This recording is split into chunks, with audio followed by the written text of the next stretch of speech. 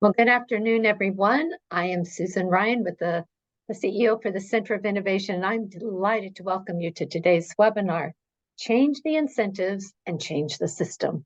It's a delightful webinar, and before we go there, I just want to go through a few housekeeping announcements. Most of you have already found the chat feature, and you are introducing yourself and the name of your organization. If you want to put your location in, that would be great as well. As I've been watching the chat populate, I see people literally from around the world. So really delighted to welcome everyone to this session today. Just as a reminder that there is a Q&A button. It's not the chat button, but it's the Q&A button to the left of the chat. And as you have questions about today's presentation, I would invite you to put your questions in the question and answer box. And at the end of our program today, we will take your questions that might come up during the presentation. So thank you for getting into the chat box and for putting your questions in the Q&A box. Another thing to remind you of, today's webinar is being recorded, and we will send out the recording along with the PowerPoint slides after a few days after this presentation today. So I am delighted and really excited to introduce Jill Wilson. She is the president and CEO of Otterbein Senior Life. They are headquartered in Lebanon, Ohio, but they do have communities across Ohio as well as Indiana. And Jill has been a part of that organization since 1997. And she's had various roles within the organization, including CFO, as well as the VP of Strategic Development. And since 2009, she has been the CEO there. She has been on the journey to bring the small house environment into her communities, opening their first homes around 2007, as I remember. She can correct me if I'm wrong. But it's Otterbein is a not-for-profit faith-based organization. And I think what I'd like to say is Jill's leadership is really compelling. It's inspiring to me. And she is relentless in her pursuit in making sure that all those that are receiving services as part of Otterbein Senior Life, that they receive dignified and compassionate care. And I would add, it's really about innovation. It's about really making sure that she is determining what's necessary to really ensure that in the most challenging of times, their mission, their values are lived out every day in the homes, in the communities in which they are serving. I'm excited. I got to know Jill in my tenure with the Greenhouse Project, and she's been a member of the Center for Innovation's board since 2019 and is the incoming board chair for Center for Innovation. So when we talked about this webinar and what we really wanted to do to really equip those of you out there with solutions for some of the challenges that are out there, I think this case study with what Jill has been able to accomplish in Ohio, and as it pertains to the Medicaid reimbursement rate, is really a roadmap that I think many others will be able to follow. So with that, I am going to invite Jill on camera and turn everything over to you, Jill. Really, really excited to have you here and grateful for your willingness to share your story and kind of what that journey has been like for you. So thanks so much. And now I give it to you. All right.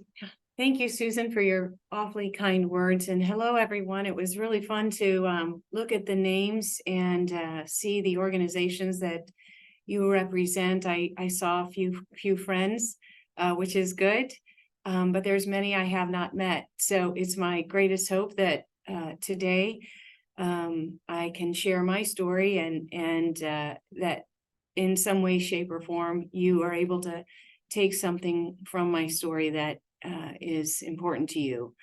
And I'm guessing that you're all on the line because you care a lot about something that I care a lot about, and we certainly do here. I think we all have a common interest in the way elders are viewed, cared for, and supported in our communities. And I have a friend, Steve McAlilly, that would always say, if you find a community that cares about its elders, it's a really good community to be in. And I'd like to think that today with you all, we are that community. So Susan asked me to share sort of my story as it relates to the turbulence that so many of us had to endure during COVID. We don't really like to talk about that word, but it did certainly bring to light some amazing strengths, weaknesses, and opportunities. And for us, it was certainly a journey that we're glad is over, but one that we feel we have come out of the other end of that journey much stronger and much more convicted in our support of our mission. So let me share my screen. Oops, where'd it go? Right here, hopefully you'll see that. And I'll first, if I could, I'll first just start by sharing with you a little bit about Otterbein Senior Life.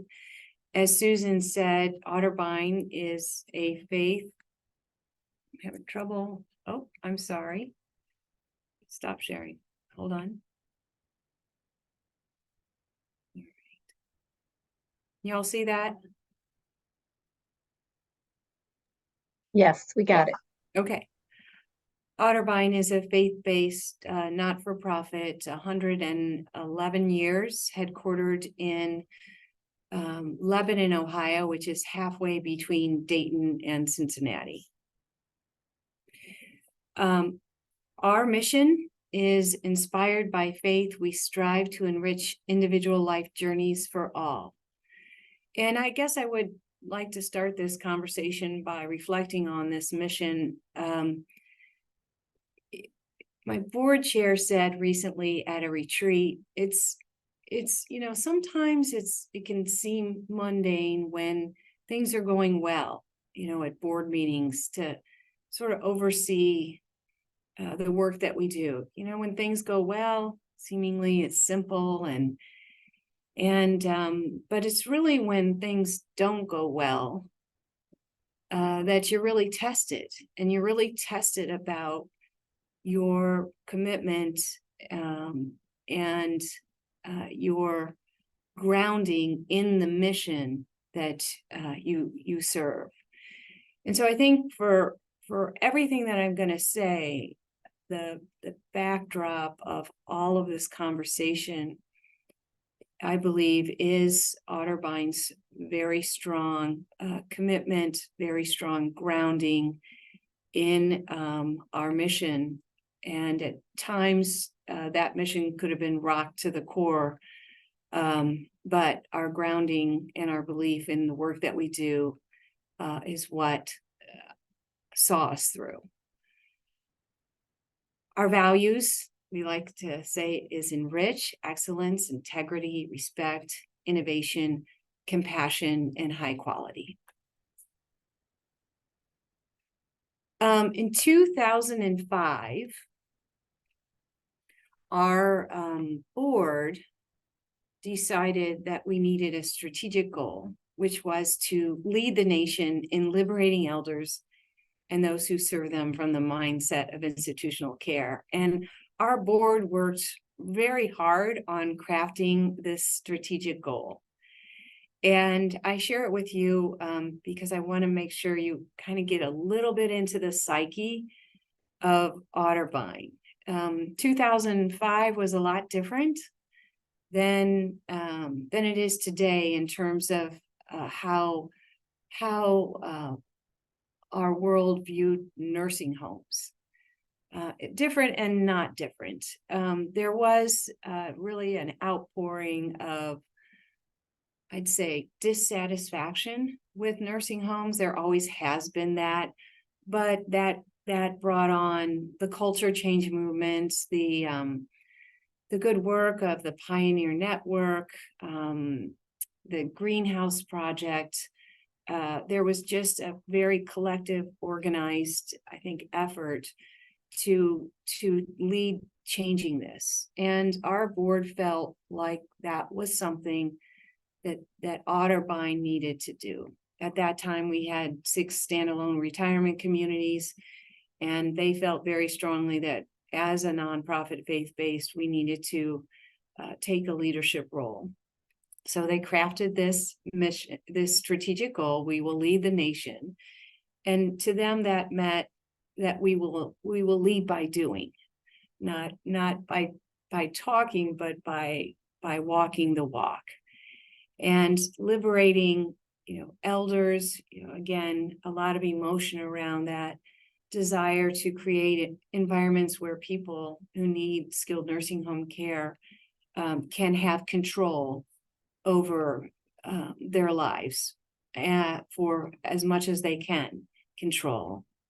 And those who serve them, obviously, we could have just said the elders, but the board felt very strongly that liberating elders would only be accomplished if we could include those who serve them from the mindset of institutional care. And it wasn't liberating elders from institutional care, but simply the mindset of institutional care.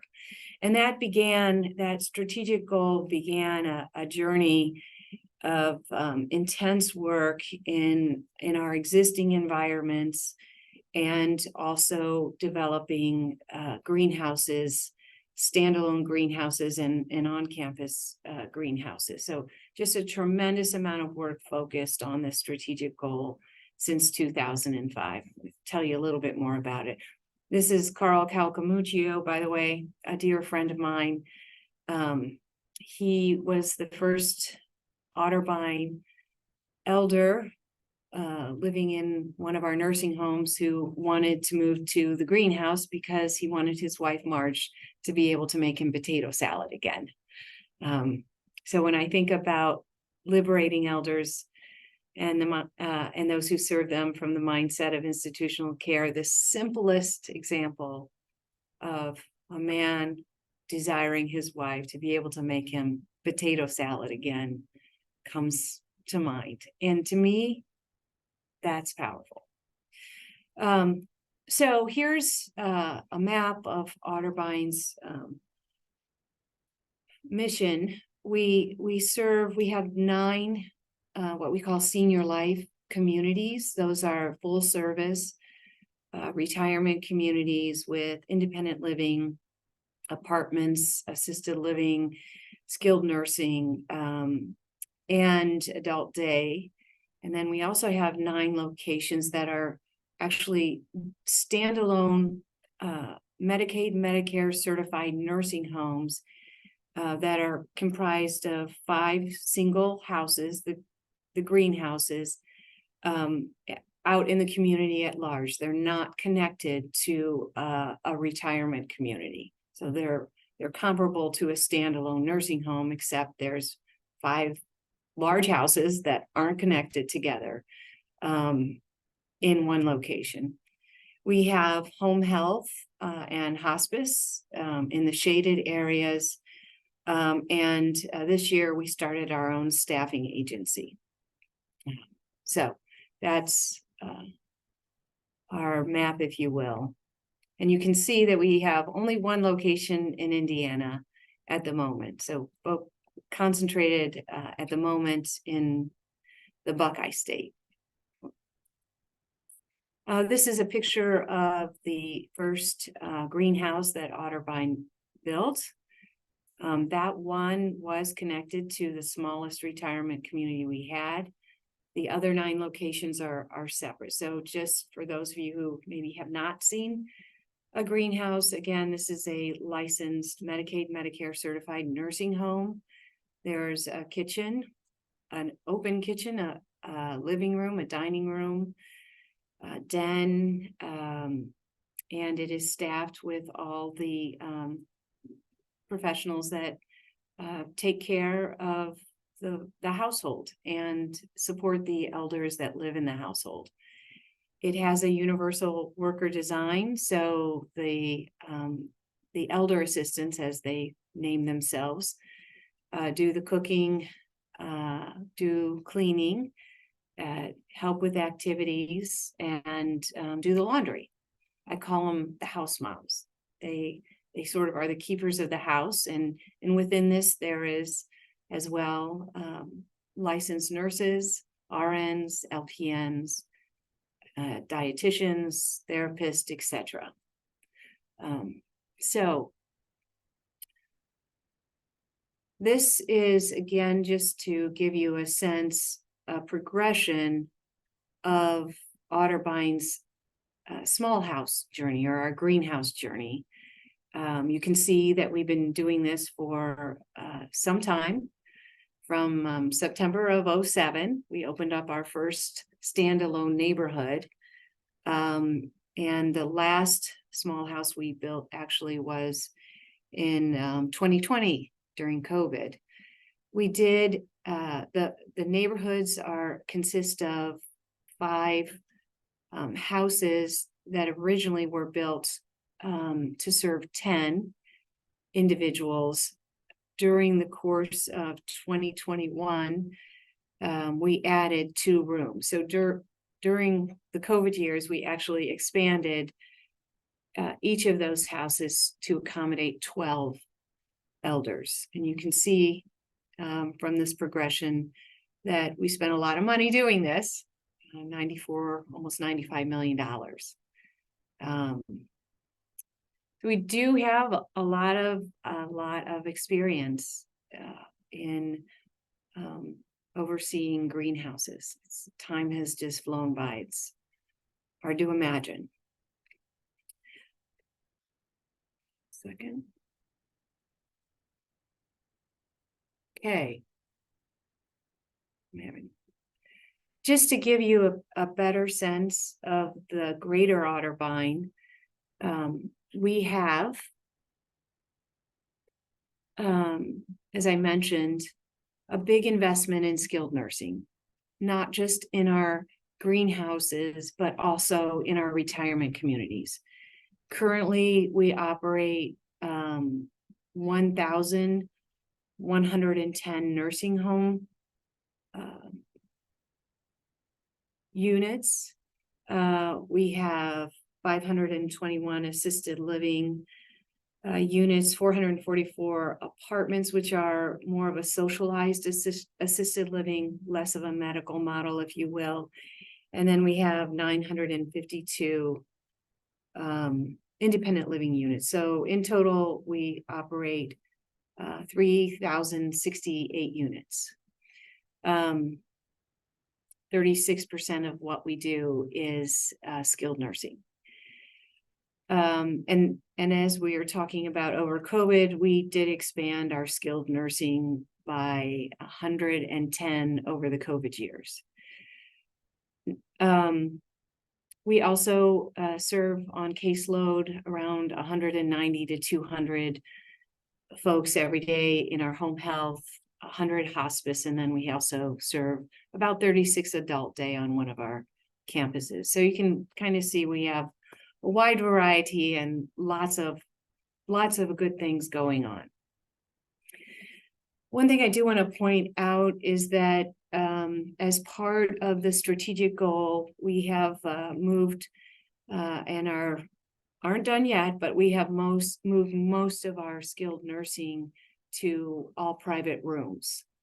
When we started out this journey, we were predominantly shared rooms, but over time, we have been able to, through campus repositioning, increase the number of private rooms that we offer to our skilled nursing folks. And so you can see that 92% of our skilled nursing rooms are private, and that includes what we have as our traditional models in the community. So we've been working very hard on all fronts to liberate elders and those who serve them from the mindset of institutional care.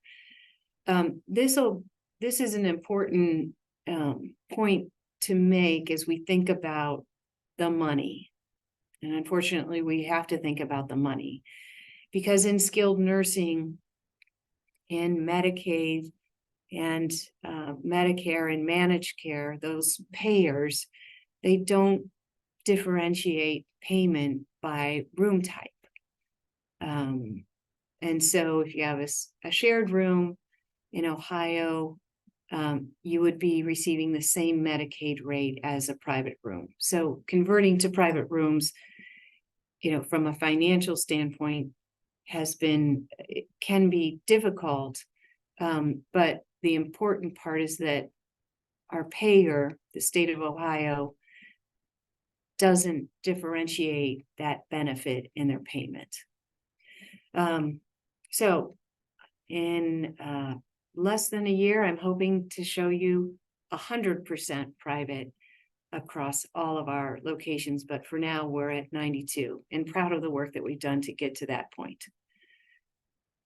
Census in our skilled nursing, it has been interesting during COVID. We've got on here in the yellow line, this is just the skilled nursing component of Otterbeins nursing combined, everything, our lifestyle communities and our greenhouses. The yellow represents our census in 2021, obviously COVID impact, but still averaging, in the 80s. In 2022, you can see that census continued to increase, and currently we're running well into the 90s across the board with our census. Our neighborhoods run around 94% or 95%, and our communities run around 91-ish%. We never, during COVID, we did not shut down units. So as you're looking at this, this chart, during 2021 and 2022, we also added capacity and of the 110 rooms. So you can see that we felt very strongly that the demand for skilled nursing still, it was and is still very great. And our own experience certainly supported that and still does. So another important point, skilled nursing for us is in high demand.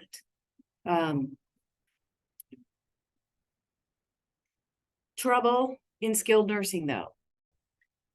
And I know I saw that there were some providers, and certainly those of you who are maybe not providers, but are here today in a different capacity with interest about skilled nursing, must know that the last 3 years certainly were very, very difficult in terms of dealing with the health risks of COVID, but certainly the financial deterioration in the skilled nursing model was incredible, just incredible. And this chart denotes Otterbeins' growing use of contracted agency nursing over the COVID years. And, what was interesting about it was as COVID began to wane, the labor situation, you're like, oh, good, COVID's kind of waning, but the labor situation just continued to deteriorate.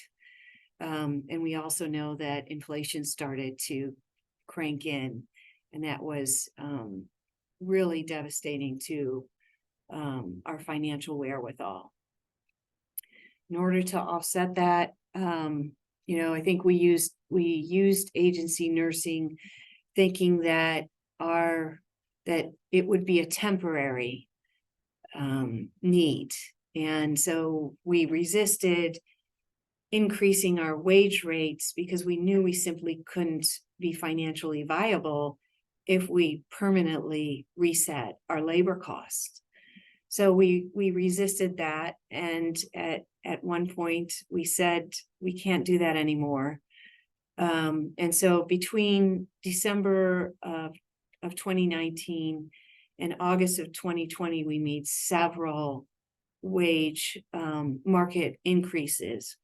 Here I'm just depicting the LPNs, the RNs, and the aides, but we certainly made several market increases across all of our positions. And we were hoping and praying that those market increases would help diminish the reliance on agency nursing, but we really simply did not know that would happen for sure. So we were taking a collective gamble with that. And you can see that we increased our wage rates, and I believe this is very common across all of skilled nursing between December 19 and August of 2022. RNs increased 43%, LPNs increased 42%, and aides increased 39%. So those folks deserve those rates and more. I believe that wholeheartedly, and am glad that they're earning that. The dilemma with that is that it impacts your cost. So this chart is a very busy chart, but it depicts sort of the skilled nursing situation at Otterbein in a crude way. I guess I would say this chart is fairly crude and trying to oversimplify the financial outcomes of our combined skilled nursing. So this is showing you what our Medicaid rates were, our occupancy percentages, and our costs combined, all of Otterbein, both the greenhouses and our community skilled nursing homes. And it's not hard to see here, pre-CARES Act, that we were losing, over this COVID time, $81, $74, $85 a day, just from Medicaid. So not from other payers, not from private pay, not from Medicare, not from managed care, but for those who we were serving with Medicaid. Our average reimbursement rate in 2022 was $248, and it was costing us $333. So as a result, pre-CARES Act, Otterbein combined was losing $15.8 million from Medicaid, just Medicaid. And you can see over the years the offsets of the ARPA and PPP forgiveness. We weren't as lucky, I think, as some folks. I know they don't feel lucky, trust me, but because we were part of a system, we were not able to capitalize on the PPP loans as some of my other friends were able to, thankfully for them. So you can see net, we were on track for $11.4 million loss. Combined 3 years, net of ARPA was $26 million just from the Medicaid program. Just from the Medicaid program. And so if we go beyond the Medicaid program, and again, a very crude, sort of simple way to share this, the financial dynamics, if you will, in Ohio, and for the most part in the country, but specific to Ohio, our payers for skilled nursing are managed care, Medicare. These are rehab services, Medicaid, which are people who are on long-term, are living with us long-term and have depleted all of their financial wherewithal and are being supported 100% by the state and federal Medicaid system. And then we have our private pay. So if we take what we looked at before as our average cost, and we take out the out-of-pocket costs that come along with the rehab, which is the $90.95, we have a total cost of each of those payers, which is different. For this example, I'm oversimplifying it. But our average rate of payments is different for those payers. So you can see that we run around $400 for managed care, which is another problem that we're not going to talk about today. At that time, our average Medicare rate was $566, but our Medicaid rate super low at $248 in the state of Ohio, and our private pay rate was $352. So all that being said, that if you take those losses and those gains and you combine those again across all of Otterbein, we were on track to lose $9.8 million moving forward from the analysis that you saw. And in that year, 2022, we were looking at 4.3 million in CARES Act, but we also knew that the CARES Act money was going away. So we were really focused on how to deal and address a $10 million loss in our skilled nursing business without any support of CARES Act money. And I know that this story up to this point is the same story across, I think, all of skilled nursing in different ways across the country, in various and different ways. So I'm not suggesting that our situation was any worse or any better than anyone else's, but certainly the predicament that we were all facing in skilled nursing to some degree. This was just simply another cut of the greenhouses. I was particularly concerned about that because they were losing 4.2 million because they weren't attached to assisted living or independent living. There was no other payers to help offset those standalone greenhouse projects. So it was very, very concerning. And our conclusion is simply that this situation was totally unsustainable. And again, really directing the situation to be the nursing home crisis. Why? I'm going to oversimplify it again. Skyrocketing labor costs, and in the state of Ohio, in simply inadequate Medicaid rates. There are certainly other issues and other problems surrounding this, but these were the two biggest issues facing us.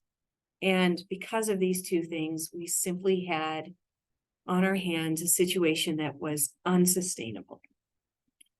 There's no ifs, ands, or buts about that. And so we looked at solutions. And I think that these are solutions that have been deployed by many of us. The first thing would be to get out of the nursing home business. Shed that business, sell what we can, convert that space to other things, and just wholeheartedly get out of that business. That was a possible solution. The other possible solution would be to try to find a way to limit that liability, those losses, to make them more manageable by reducing our nursing home capacity. And the third was to try to fix the problems. So as we, certainly processed those solutions, we really thought hard about it, and we did it. We processed those solutions in the framework of our mission statement. Again, it's easy to carry out a mission statement like this when times are good, but when times are hard and you're really tested, it's not as easy it doesn't feel as easy. But at the end of the day, as we looked at this, we knew there was a big demand for skilled nursing, and we knew that our mission is aligned with providing support through skilled nursing. And we felt strongly that we should take the path of fixing the problems. Now, as I'm saying this to you, my stomach hurts because you saw what the problems were, and many of you know what those problems are. Trying to manage a labor situation that seems totally out of control, and increase the Medicaid rates that's totally dependent on elected officials in the state of Ohio, certainly seem insurmountable, for sure. But we felt that we should do everything we could to fix those problems for our mission. And so my husband says this all the time. I love him with all my heart. But he says, problem solving is simply a matter of having more energy than the problem. And as I think about those problems, this phrase always comes to mind. You have to have more energy than the problem. And as we thought about that, we realized we needed to get some more energy to help us with the problem. So on the labor side of things, we knew that we were filling our shifts, but the problem was we were filling them with very high cost premium labor, much of it contracted. And solving the problems of the workforce, and it's not just a recruiting and retention problem, it's a sourcing problem, and it's a problem that has to start with being receptive to what the workforce wants, flexibility, almost Uber-esque type staffing on demand, those kinds of things. Those are very different systems than the ones that we had at the time. So to help us design workforce systems that meet today's workforce at where they're at, we needed more energy. And so as a consequence, we created a new department called the Otterbein Workforce Department. And we recruited 3 new individuals to help lead that. We created a vice president of workforce position. That's held by Kathy Shavaro. She is not the vice president of human resources. She is the vice president of workforce. So her job is really to ensure that we have a quality workforce deployed and carrying out our mission. Of course, that's done in conjunction with all of her teammates across all of Otterbein. We also hired a director of workforce management and scheduling. Her name is Jennifer Feedback, and she comes from the retail side of workforce, and has helped lead the thinking of transitioning from a very rigid position control structure to a very flexible workforce structure that offers, again, flexibility. And then we also recruited a director to start up a staffing agency to tap into a group of workers who were already filling our shifts. And while some of those agency folks we didn't care for very much, there were a lot of them that we really liked. And we thought if we could get into that business, that arena, if you will, that we could tap into a workforce that was not accessible to us directly, was certainly indirectly, but how could we tap into it and learn from it, as opposed to sort of resent it? How could we learn from it? And so this is not a mega pool. It's actually a separate business line. Billing shifts certainly across all of Otterbein, with designs very soon to provide agency staffing to other skilled nursing homes in our market areas. So that work is not what we're really here to talk about, but it is about solving the problem, and certainly bringing this new energy combined with the existing energy has certainly gone a long way to solve our workforce problems. And what that's resulted in is certainly more stability. This is just a very simple chart of our average all-in cost per pay for our nurses and our aides across all of Otterbein in our skilled nursing facilities. And you can see it certainly has come down, and it certainly, I think we're all seeing a better labor situation. But I think if we're complacent and feeling like that's enough, then I think we run the risk of not really being able to be sustainable in ensuring a high quality workforce.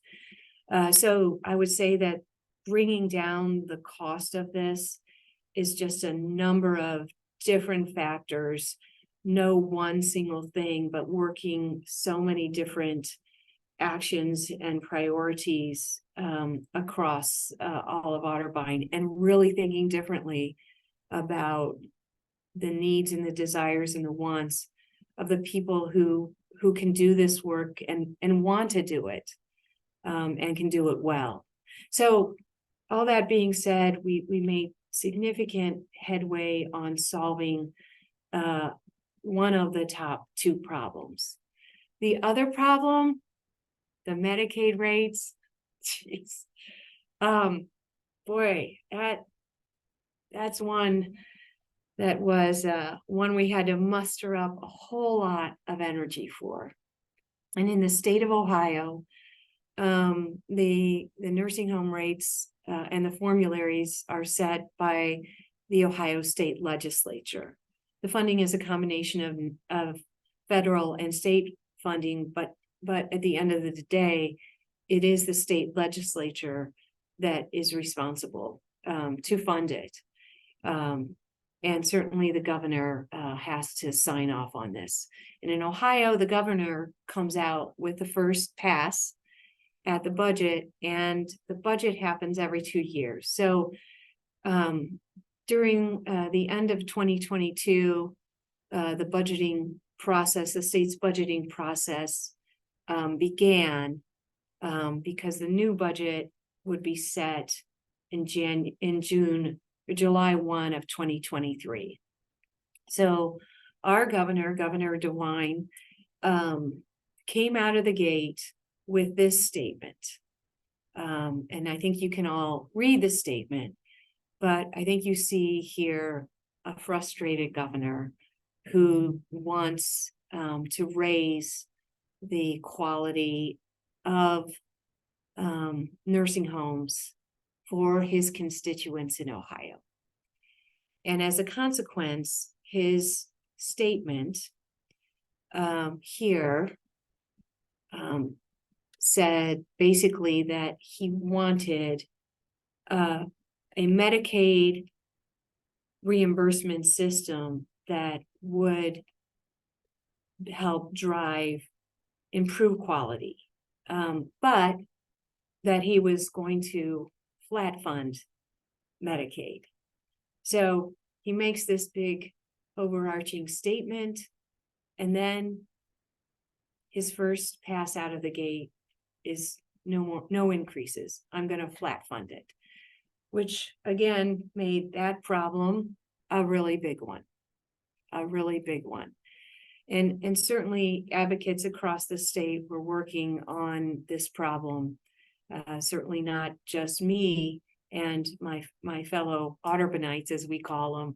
But we did feel very strongly that it was not a problem that should be delegated to our associations to solve. In other words, I can remember being at a Leading Age National Conference, and I was this was last year, and again, we were, sort of bleeding money, if you will. And I was in a session that was geared towards the Medicaid. And I asked, sort of a question like, when do you think this craziness is going to end? Because it is simply unsustainable. And somebody in the audience was, I think, trying to come to my aid, and he said, that's leading age. That's the job of leading age. That's the job of ACA. That's the job of the academy. That's solving this problem is the job of the associations who represent us. And I appreciated that because I kind of had that framework in my head. But the reality is, it is all of our jobs to work with those who make these decisions and help them understand how their decisions will impact their constituents in their districts.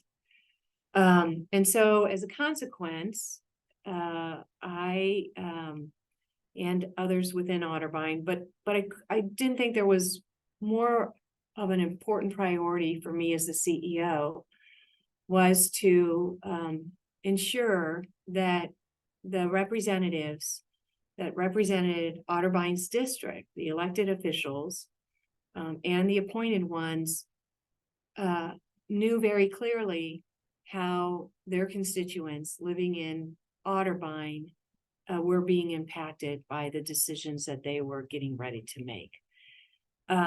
And so I began, first, I drafted a letter which shared with each of those that you saw on the screen, all the way going back. Maybe I could just share a little bit about this because this was a lot of energy.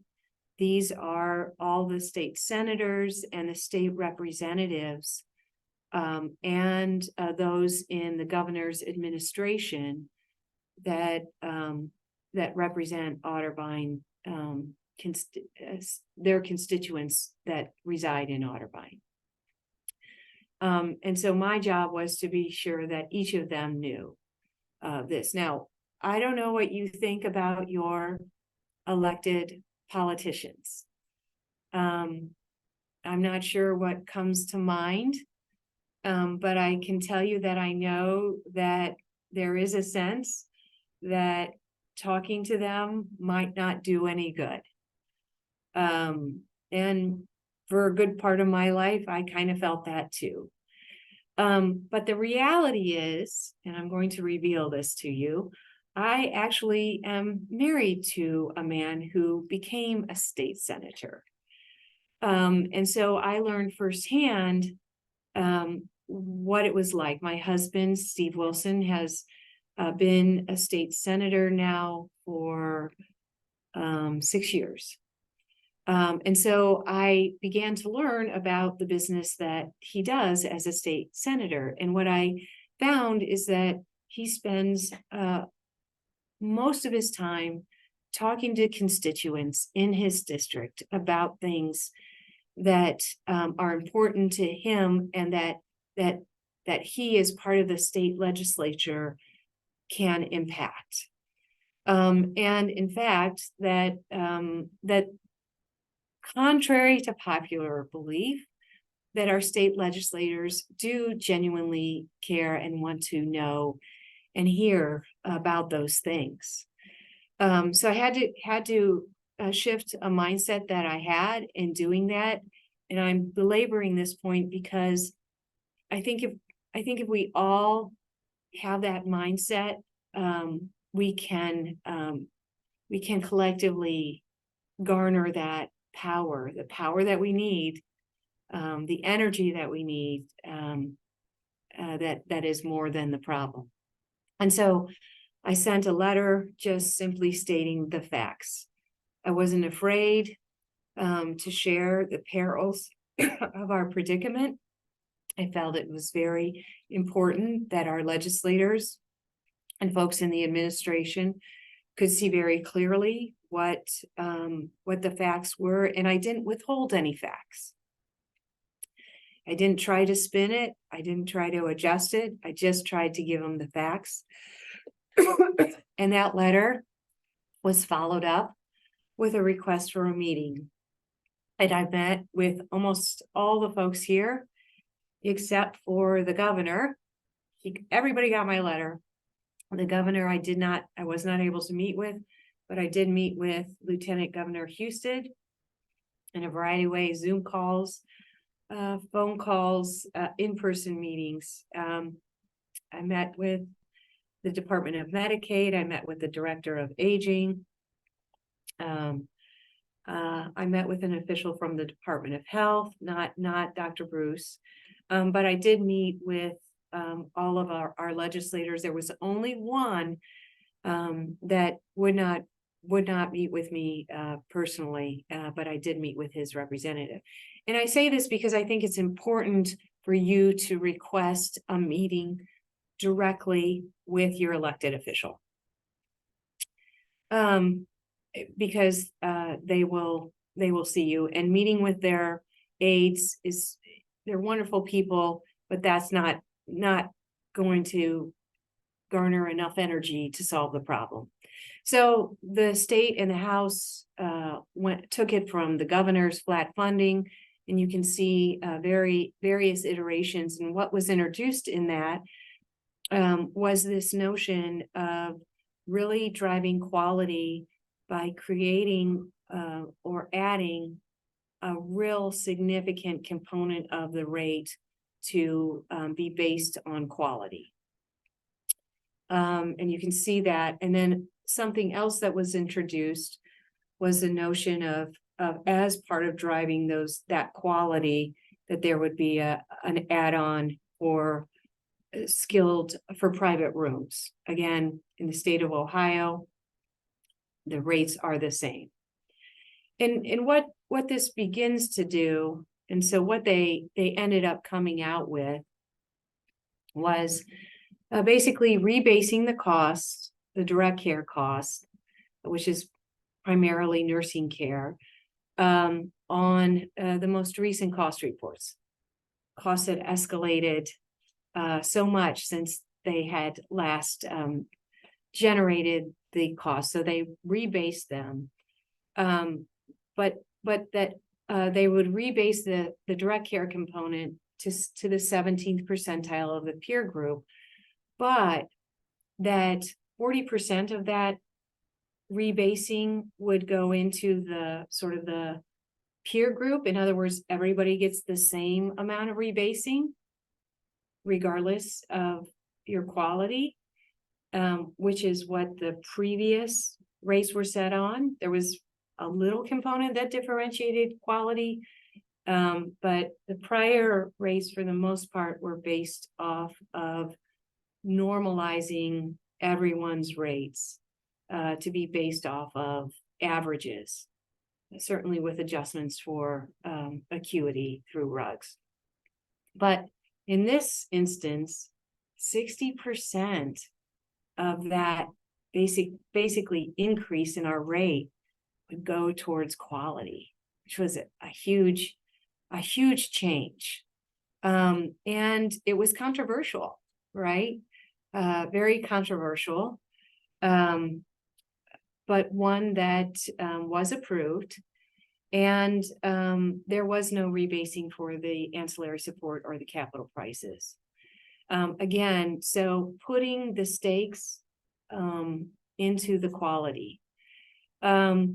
And then they did approve a private room add-on, $30 a day for category 1 private rooms as they defined, and $20 a day for category 2.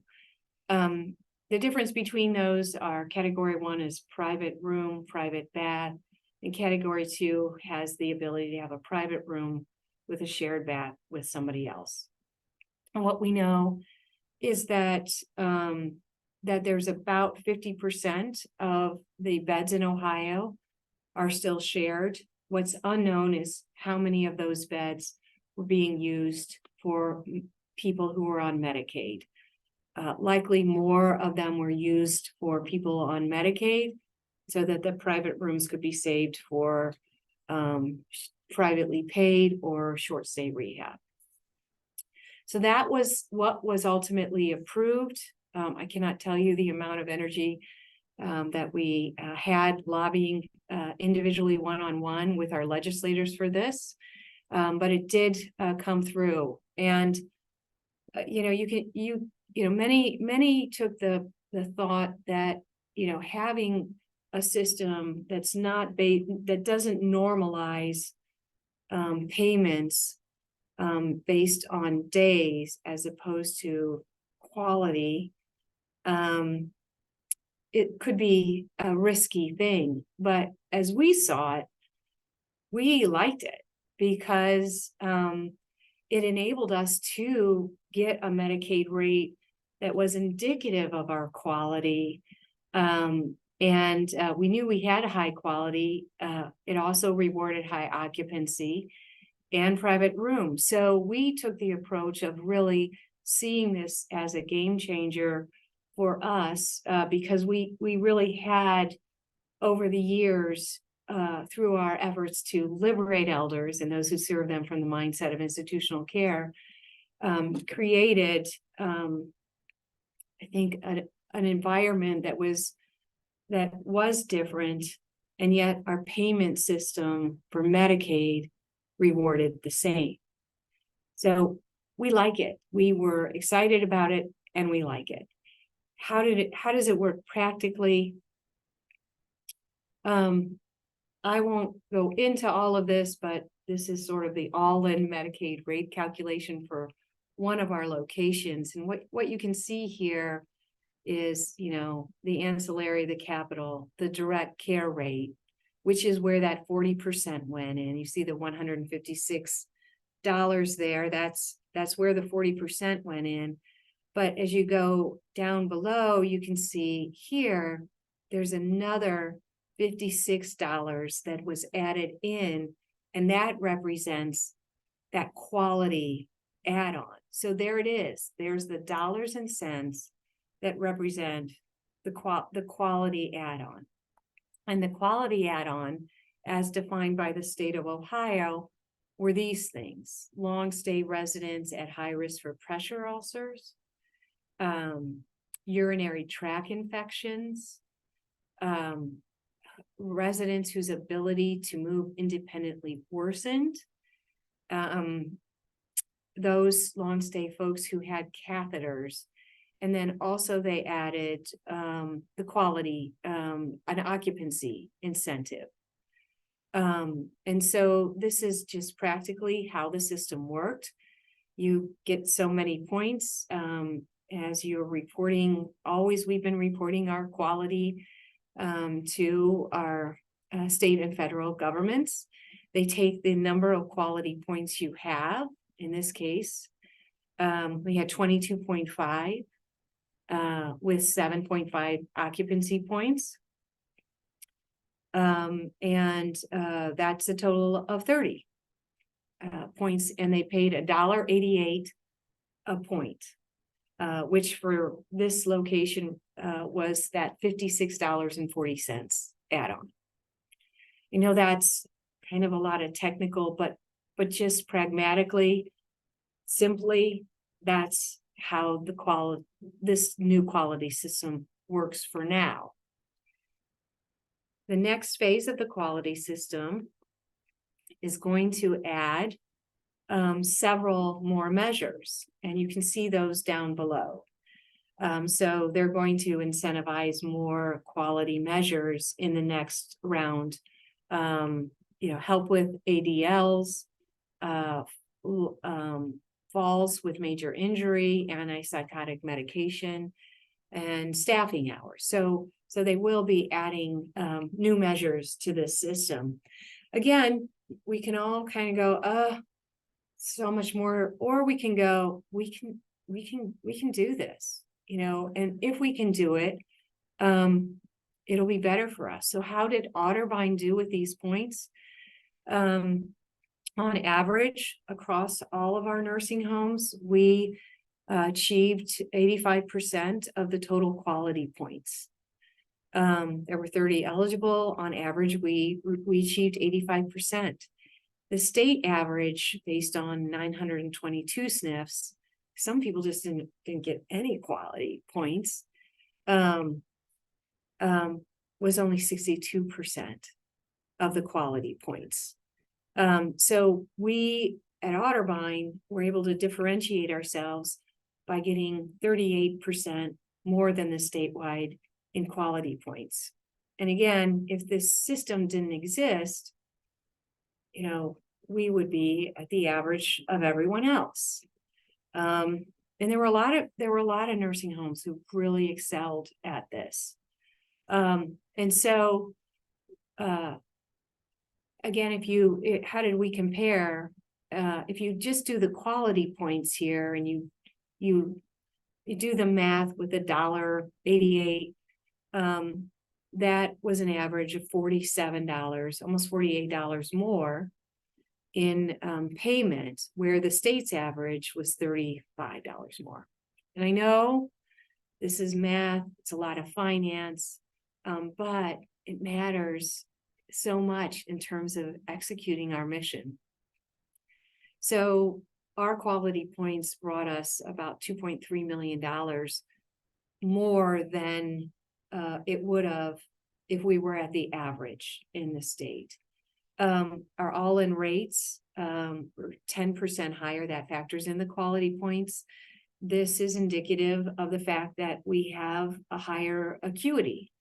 Our RUG score is higher in Ohio, and there is a component that factors in higher acuity. So in this system, we're getting paid for serving acuity levels, but also getting quality outcomes in serving those levels.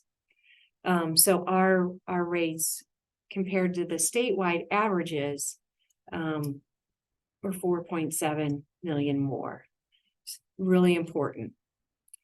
So year over year, so we were comparing ourselves in the previous slide to how did we do compared to state averages. But if we compare year over year, our average Medicaid rate is $248.68. Our new rate is $298. That's a big increase. That's 20% increase over our prior year rate. And our estimated private room add-on, which is not in effect yet, the state is working on that. We anticipate that will be implemented in perhaps the beginning of the second quarter next year. But with our mix, we believe it would be another $27. So our new all-in rate, we're projecting at $325. So we already got a 20% increase, and we're anticipating a 31% increase over our prior year rate, which is huge. But again, if the state had not adjusted for quality and rewarding for the first time private rooms, and I think we all agree that a private room deserves more payment than a shared room, we would not be in the situation we're in. So a new day for Otterbein. This is that very crude explanation of where things are at. And I'm going to tell you to look at the Medicaid column with these new rates. All in, our average of $325 gets us from what was a $15 million deficit for just Medicaid to a $1.2 million, almost $1.3 million surplus, which gets us overall from our nursing, a $9 million gain. Again, going in 1 year from, I'm sorry, but this situation, this is that $15 million loss. Hope everyone's tracking me.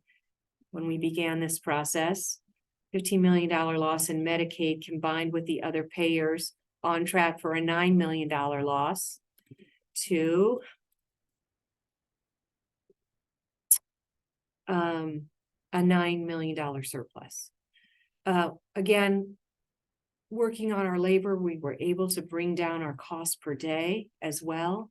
So those two big problems have brought for us a new day, and we remain committed, knowing there are challenges ahead, but we do remain committed to serving those in skilled nursing, and feel very blessed that we have a system that allows for the differentiation.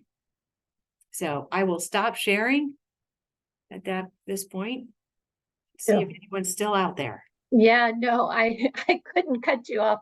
It was so amazing, and I wanted the whole story to be shared with everybody. And really, there's been so many wonderful comments about what you've said. So, Alex, I'm going to ask you, and so that we'll have the full recording that would include questions. Alex, if you want to just share some of the questions that have come in, we'll get those here for the recording and all those that were registrants for this webinar. Sure. Hello, everybody. I'm Alex Banco. I'm the Director of Communications for CFI. And Jill, I have a couple questions for you. This is a good one. We have a question about the staffing ratio.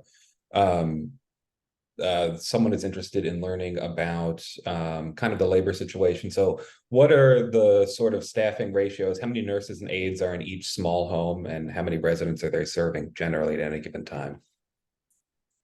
Yeah, so this relates to the greenhouses, I presume, because our staffing ratios, Yes. for nurses and aides in our communities, on the retirement communities, are a little different because they have the departmental measure. But we have 2.5 what we call aides to serve up to 12 folks in a house on first and second, and then one on third shift. And then we have essentially 3 nurses. When I say that, I mean floor nurses for the 5 houses combined on first and second, and then 2 on third. So Great. But just to clarify, we had another question. This is being recorded. So at the end of probably by tomorrow or early next week, you'll get a recording. So you can share this, and we encourage you to share far and wide within your networks. I know that it can be tough to get people away from whatever they're doing for an hour, especially in our sector. Just a couple more questions before we wrap up here. I'll take this one briefly. There's a question about if other states are doing these kinds of programs with quality incentives. The short answer is yes. There are a bunch of states across the country. Ohio is one of the more recent ones, but there are some that incentivize small homes.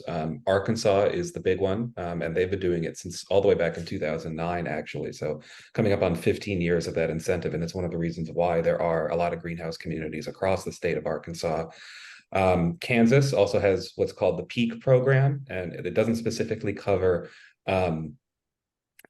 small homes or private rooms, but it does have a pay for performance component. And I know they were looking into adding structural components moving forward. So I would say wherever you are, whatever state you're in, take a look. You can also email me afterwards if you have any specific questions, but there are states around the country that are working on this to kind of rebalance some of that spending on traditional nursing homes toward alternatives. And again, not just small homes, but also home and community-based services, which we had a question about that. And I want to make clear that at CFI, we love home and community-based services. We want to see more funding of those as well. But for the people who either want to live in a community or need around-the-clock care, we advocate for rate increases for better options for people who either want to or need to live in a more communal setting. Let's see, I think we can have good. This is a good question. How are quality measures impacted by residents on hospice, who will obviously experience a decrease in function? And I know this is where it always gets a little tricky when we talk about reimbursement in hospice, because it kind of goes against a lot of it's just a different type of care. So Jill, I'll throw that one over to you. Yeah, I think that those are some of the scary parts about a quality system is, wait a minute, there are some folks whose life progression will be counterintuitive to having high quality. That is true for sure, but it's not just who's on hospice, but there's all kinds of myriads of elements, and each state has to come to their own conclusion about how they want to handle those situations. For us, we certainly serve folks on hospice. We have a hospice agency. We want to continue to do that. But if you're providing high quality across the board, I think what you'll find is that those end of life progressions will not overrun your high quality, if that makes sense. So you have to look at the quality system sort of holistically, if you will.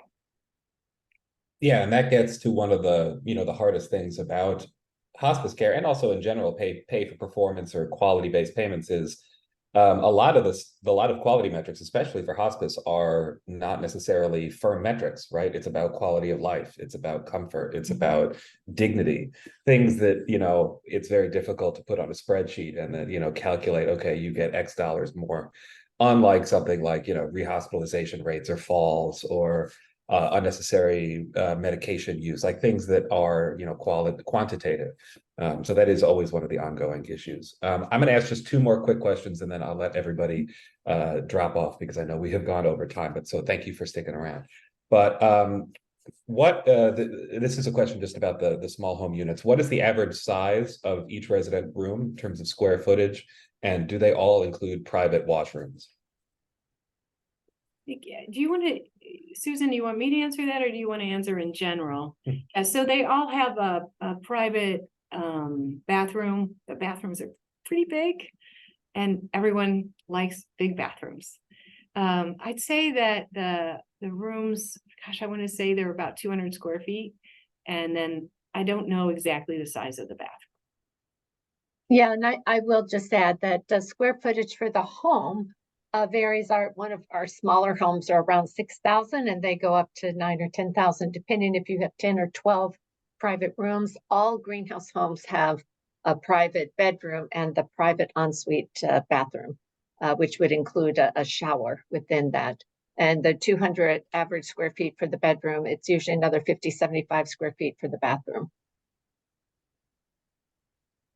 So Alex, I think one more. Okay, let's do one more. Let's see here. Oh, this is a good one. Are your home health and hospice companies, do they provide care and services within the greenhouse homes and your senior living options, or is it only to third parties? No, absolutely. Absolutely, they do. Now the home health, our home health agency, I should backtrack a bit. Our home health agency doesn't serve our folks living in the greenhouses because it's a rehab agency. So we certainly get a lot of referrals from our rehab business, if you will, in the houses that go to our home health agency when they leave and go home. All right. Jill, well, I appreciate it. And Susan, take us home. Sure. Yeah, Janet, I'll have you share the final slides. Jill, this has been tremendous. And I just, I want to applaud you for the transparency that you shared. We had many comments in the chat that really applauded that, as well as your commitment to really taking action and finding solutions that were aligned with your mission. And Certainly appreciate it. I wrote that down. You need more energy than the problem. So you can thank your husband for those words of wisdom. One other final thing that I saw in the chat is that if you would be willing to share your letter, the template, if you will, that you sent out to all your congressmen and women, if you're willing to do that, we can include that with this presentation. But thank you so much for diving deeply and really sharing with us your experiences. Sure, thanks for giving me the opportunity to be with you guys. Yeah, it's such an honor. So I am going to just announce for those that are still on the call that we are proud to announce the Center for Innovation's second conference in 2024. It's in Grand Rapids, Michigan at the Amway Grand Hotel, November 11 to 13. So do a save the date for that. We're looking forward to having many more inspiring sessions that build upon some of the things that Jill was talking about. On the next slide, you will see that we have Empower Ed, the slide that we went through very quickly. Empower Ed is our e-learning platform. You can learn much more about our education options on the Greenhouse Project's website. And the final slide is our podcast, Elevate Elder Care. I really encourage you to listen in. It's always exciting to talk to thought leaders from nursing home residents to direct care workers, to thought leaders like Jill and many, many others. But it really is our collective voices and wisdom that really will impact the change that we want to see. So thank you, everybody, for your time, for your attention, and for participating with us today. Again, you will get this recording and all the associated documents either tomorrow or early next week. So thanks for joining today. Take care, everyone, and thanks again, Jill.